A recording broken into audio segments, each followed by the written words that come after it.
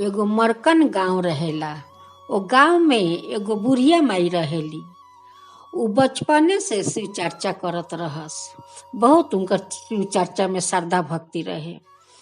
तो उनका के सब लोग भक्तिन माई कह के बोलावे। उनकर भक्तिने माई के नाम से सब कोई बोलावे। आ उनकर एगो बेटा रहस।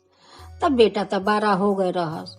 तब भक्तिन माई कह तारिका कि हमार तो एगो बेटा बारन, हम अपना बेटा के बहुत श्रद्धा से आ धाम धूम से शादी करवाए। तब भक्तिन माई बहुत सुंदर लड़की देखली। लड़की देख के अपना बेटा के धाम धूम से शादी करवली आ करवा के आ बहू घर में ली अली। तो कई दिन 10-12 दिन बीत गए। तो एक दिन गांव में चर्चा होत रहे। तो एक जनिया के कह तरीका कि भक्तिन माई गांव में चर्चा शुरू होके जाता, आ जाई है। अब तब भक्तिन माई दौड़ल दौड़ल चल जाली चर्चा में आ कह के जाली अपना बहू से कि बहू अंगना के दरवाजा बंद कर दी है, हमारा आवे में देरी हुई। तो कह के चल जाली। अभी दरवाजा बंद कर देवेली। फिर ओने करी जब शिव चर्चा शेष हो जाला, आए ने करी इनकर पति आवेलन तो दरजा खोलवावेलन। दरजा खोलेली तो फिर काम में चल जाली करे अपन घर में। आ पति ढुकेलन तो दरजा तो बंद ना करस। अब वही समय में भक्तिन माई आ जाली तो कहेली का बहू तोहरा के बोल के गईनी है ना कि तू अंगना के दरजा बंद कर दी है, फिर भी दरजा तू खुले छोड़ देलू है। तो उ कह तरीका कि माँ तोहरे तो बेटा अलन है तो दरवाजा खोल देनी है। तो तोहर बेटा दरवाजा ना लगौलन है आ हम तने काम लगनी है करे।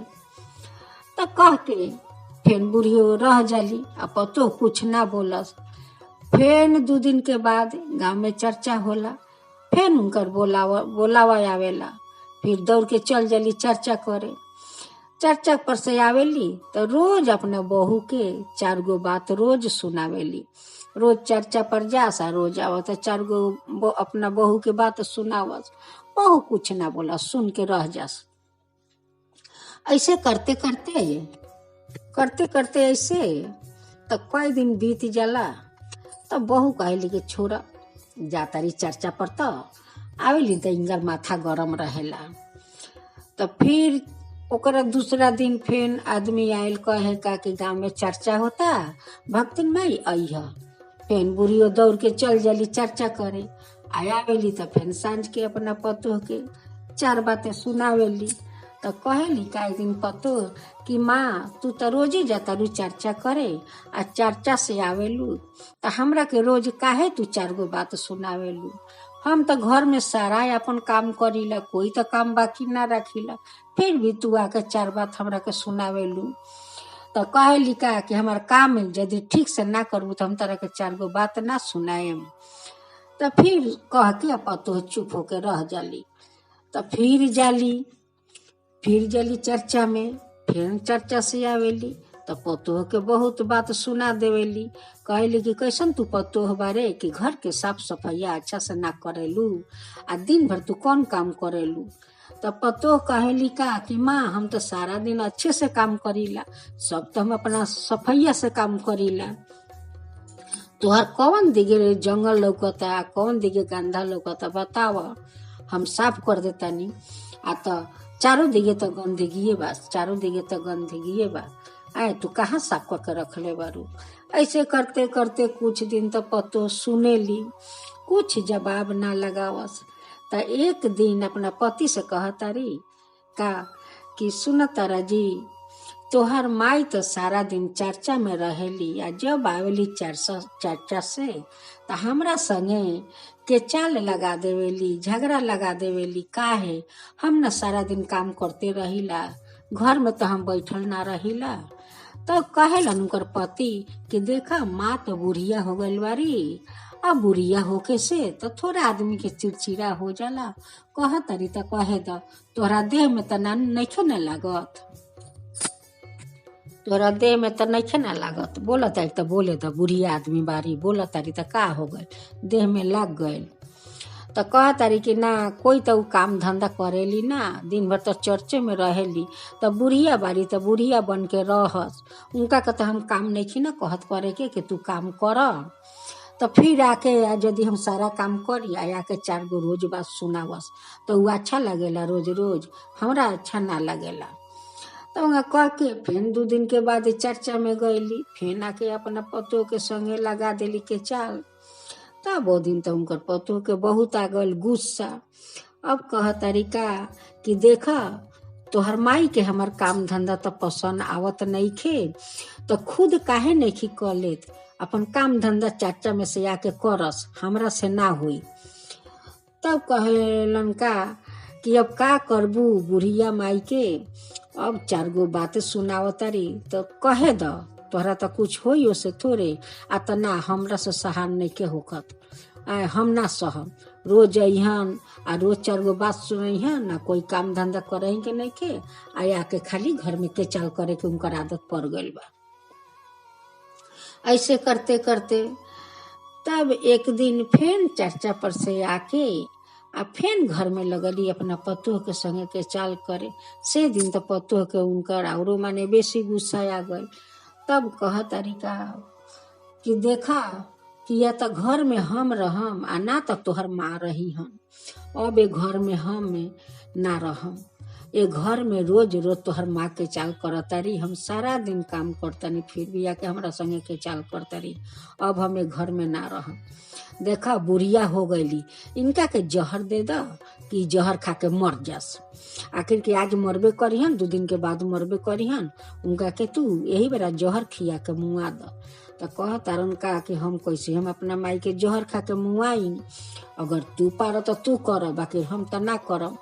तो कहली कि ठीक बा, ना करब तो तू यही जगह रह, हम अपना नैहर में जातानी, कि हम अपना नैहर में हम चल जातानी। हमारा इनकर बात बर्दाश्त नहीं खे होखत, एंगा रोज रोज करिहन तो के सही इतना। तब अपना पति के कह तरीका कि देख बुढ़िया तो हो गई बारी, इनका के किया तो जहर खिया के मुआ दिया, आ ना तो इनका के शमशान में ले जाके जिंदे जरा दिया। तब वो कह तरन का कि ऐसा कभी हो सकेला कि जिंदा आदमी के लाश ले जाके आ शमशान में जराई। तो कहते नहीं काहे ना होई, हो सकेला कि हम लोग जाके शमशान में या कहीं लकड़ी सजा के आएम, आई तो रात के बहुत नाक डाक के सुतेली, तभी नहीं हम लोग दोनों आदमी खटिया टंगा के ले चलल जाई आ वही चिता पर रख के इनका के जिंदा जरा दिए।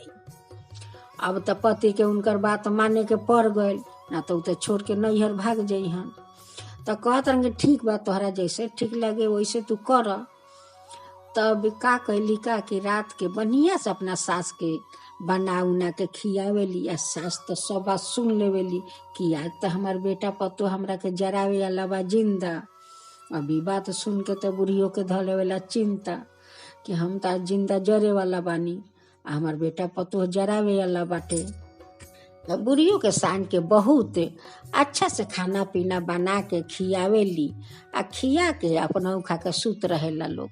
तो बुढ़ियों तो दिन आँख में अंगी नहीं खे पड़त, उ तो जागले बारी। बाकी जब आधा रात होला तो झूठो खानी नाक डाकेली कि हम बहुत निर्भेद सुतल बानी। तो पतो कहली का कि सुन तारा, तोहर माई तो बहुत नाक डाक के सुतल बारी, कि चल हम लोग पहले शमशान में जाके लकड़ी सजा के आएम, आ तब जाके खटिया उठा के ले जाए। तो शमशान में जाला लो लकड़ी उकड़ी सजा के ऊपर किरासन तेल ढाल देवेला लोग, आ ढाल के आवेला लोग, खटिया उठा के ले जाला लोग, चिता पर रख देवेला लोग, आ सलाई खोजेला लोग कि हम लोग अब जराई। सलाई तो घर ही में छूट जाला। कहेला आदमी ना कि भगवान ना मरिहन तो कोई मारे वाला नहीं खे, जन्म ले ले। उनका के तो शिवे गुरु बारन, वो तो शिव गुरु के भक्तिन बारी, तो उनका के जरावे वाला बा, के मुआवे वाला बा। तो सलाई घर ही में छोड़ देवेला लोग। अब तो कह तरीका कि सलाई तो तू ना लिया हमहू ना लियानी, अब हम लोग आग कैसे लगाई। तो कहलन उनकर पति के ठीक बा, तू अकेले शमशान में रह, हम जातानी सलाई लियावे। अब तो इनका डर लागता, कह तारी कि ना हम अकेले कैसे शमशान में रहम, हमहू चलतानी सलाई लियावे, कि हम लोग दोनों आदमी मिल के सलाई लियावल जाई। आ लिया के आ तब इनका के जरा दिए। अब ये लोग दोनों बेकतावेला लोग घर में सलाई लेवे। तले बूढ़ी माई उठ के आ गाछ में उठ जाली, चीता से इकल के आ वही न चीता के सजा देवेली आ सजा के गाछ में जाके बैठ जाली। अब तो लोग जाके आग धरा देवेला लोग, भाई भाई तो चीता जोरे लगेला। तो पतो कहेली का कि अब यही चीते पर तू रोज 4 गो बात सुनावल करी है हमरा के, यही पर सुतल सुतल रोज तू हमरा के 4 गो बात सुनावल करी है। तब तो बुढ़िया माई तो सब ऊपर से सुनत तारी उनकर सास कि हमरा के पतो ऐसे कह तारी। एने आयल वालो ससान में लाश जरावे बुढ़ियों के आ ओने चोर घर में ढूक के सारा सोना दाना जितना रहेला पैसा कौड़ी सब चोर लेके घर से निकल जाला। जैसे वो लोग घर में ढुके ला लोग वैसे चोर गहना पैसा लेके आके आ वही गाछ के भीरी आके भाग लगावेला। जहाँ जे गाछ पर बूढ़ी माई बैठल बारी वही गाछ के नीचे बैठ के उ लोग पैसा गहना भाग करेला लोग। अब तो बुढ़ियो देखेली तो कहेली का कि तो सब गहना जितना गहना गुड़िया बा पैसा बा तो सब हमारा घर के हटे।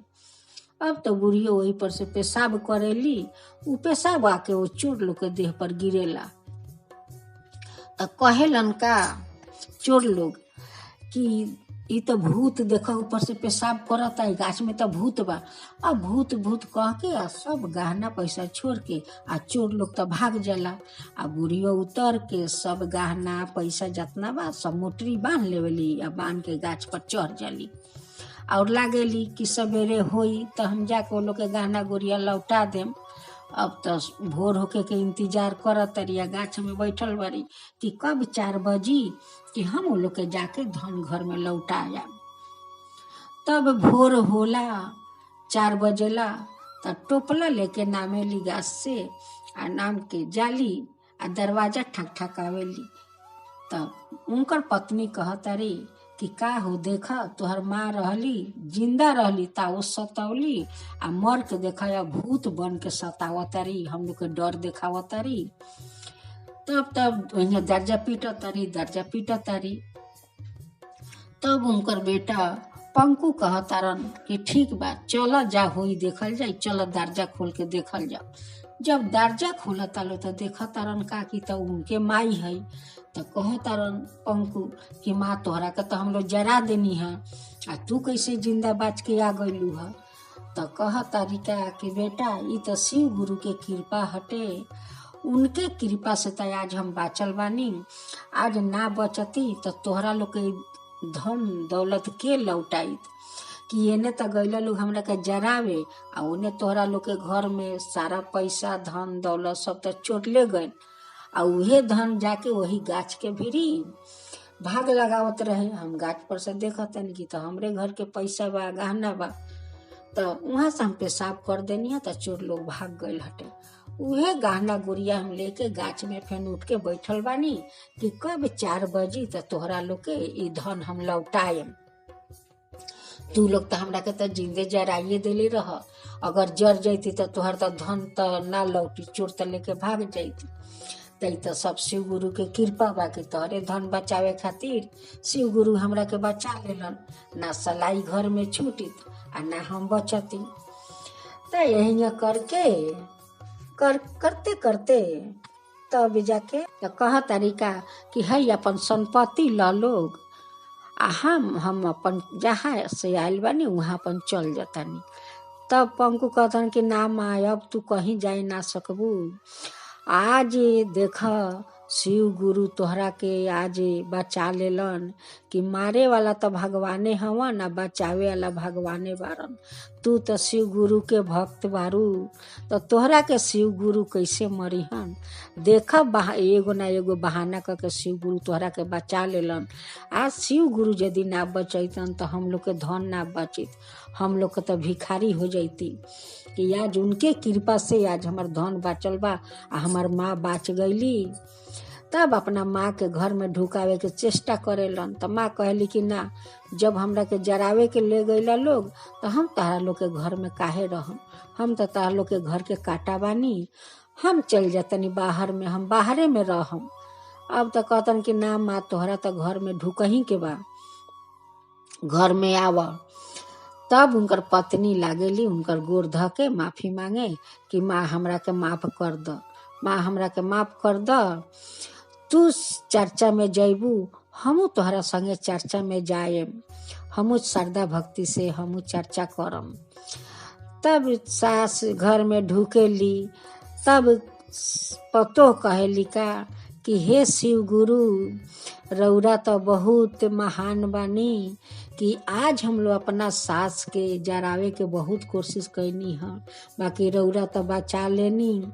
कि हे शिव गुरु, रौरा तो धन बानी, जैसे हमर सास के रौरा बचा लेनी, वैसे सारा दुनिया में लोग अपना सास के संगे अत्याचार करता, कोई सास बहू के संगे अत्याचार करता। उनका पर ऐसे ही अपन कृपा बनौले रहम आ उनको के ऐसे ही बचा लेहम। हे शिव गुरु, राउर त कृपा अपार बा हे शिव गुरु, उनका पर रौरा अपन दया करम हे शिव गुरु। जय शिव गुरु, जय शिव गुरु।